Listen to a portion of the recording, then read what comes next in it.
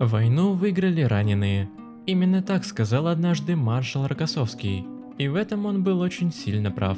Действительно, наши солдаты, дошедшие до Берлина, многие из них были ранены и контужены по нескольку раз. И все равно они возвращались на фронт, сражались за родину и понимали, что война закончится именно в Берлине, а не где-нибудь под Брестом. Откуда же такие выводы про раненых?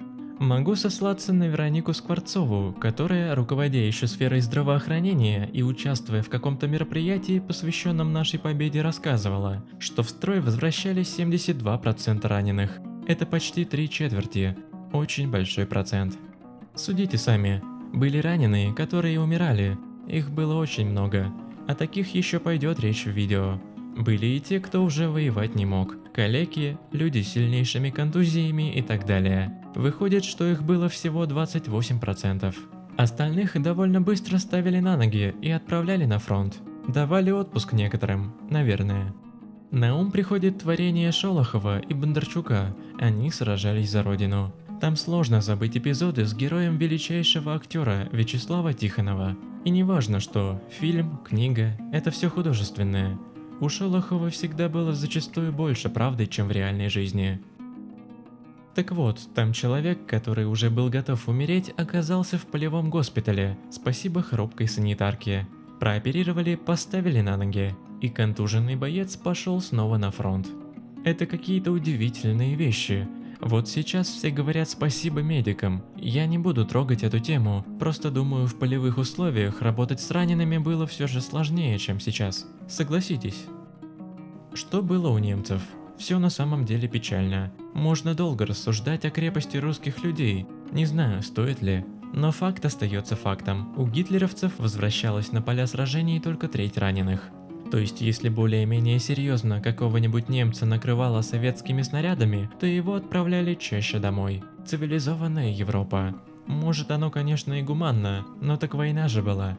Гитлеровцы в СССР не на экскурсию приходили.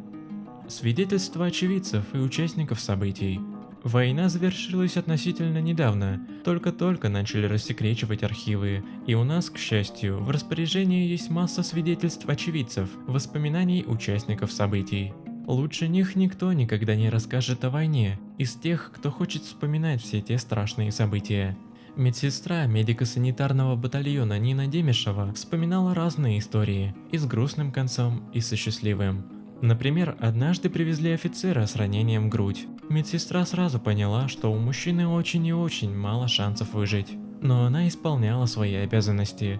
Перевязала офицера. Он, правда, как и предполагала Демешева, не прожил и дня. А был и другой случай, когда из палатки, куда складывали тела павших, раздался голос. Медсестры сначала сильно перепугались, а потом кинулись спасать человека. Солдат еще не совсем пришел в себя и искал свой вещмешок. Оказалось, что паренек, когда его нашли, не подавал никаких признаков жизни, хоть и ранение у него было только в ногу. Его записали в погибшие, а парень отлежался. Удивительно. Еще один удивительный случай касается доктора юридических наук, профессора Александра Леви.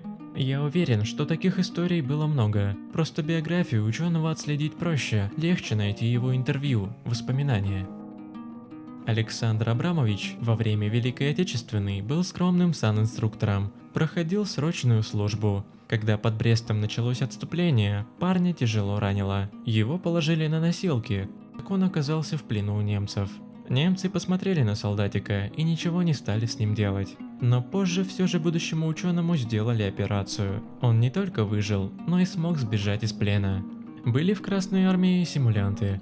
Преимущественно молодые ребята, которые сильно боялись войны и хотели жить. О подобных вспоминала медсестра Мария Соколова.